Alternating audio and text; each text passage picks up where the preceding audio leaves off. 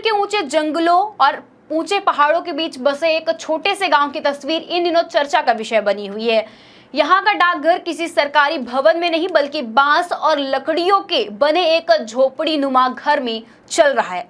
वही सबसे हैरान कर देने वाली बात तो यह है कि जिस जगह से ग्रामीणों को सरकारी सेवाएं मिलनी चाहिए वहां बकरियां, मुर्गियां और दूसरी मवेशी डेरा बनाए हुए हैं। वहीं डाक विभाग के कर्मचारी पेड़ के नीचे या खुले मचान पर खाट डालकर अपनी सरकारी काम करने के लिए मजबूर है।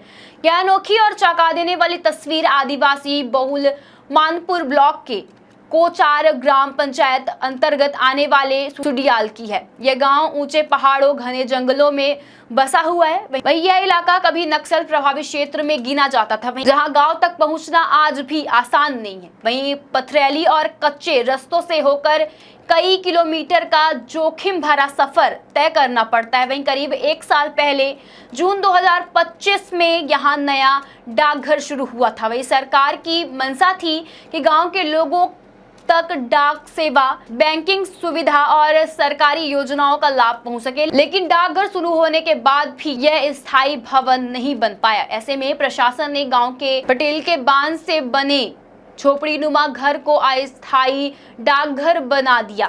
वहीं यह झोपड़ी 2 हिस्सों में बटी हुई है। वहीं एक हिस्से में पटेल का परिवार रहता है, जबकि दूसरे हिस्सों में बकरियां और मुर्गियां बांधी हुई हैं। वहीं इसी झोपड़ी के बाहर डाक विभाग का बोर्ड और लेटर बॉक्स लटका हुआ है, जो यह बताने के लिए काफी है कि यह गांव का पोस्ट ऑफिस है।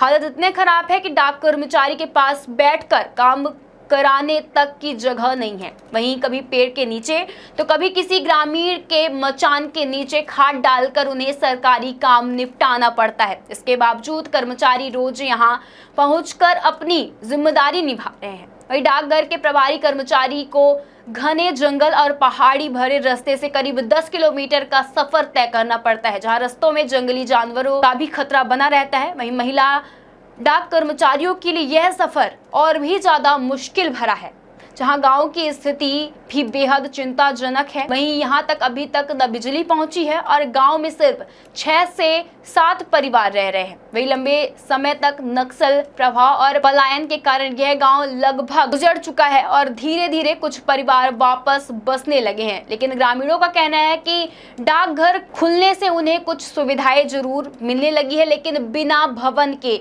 इस तरह डाकघर चलाना समझ से परे है। वहीं ग्रामीणों ने जल्द से जल्द स्थायी डाकघर भवन बनाने की मांग की है। वहीं यह तस्वीर सिर्फ एक गांव की नहीं है बल्कि उस व्यवस्था की भी कहानी कहती है, जहां योजनाएं तो शुरू हो गई हैं, लेकिन बुनियादी सुविधाएं आज भी अधूरी रह जाती हैं।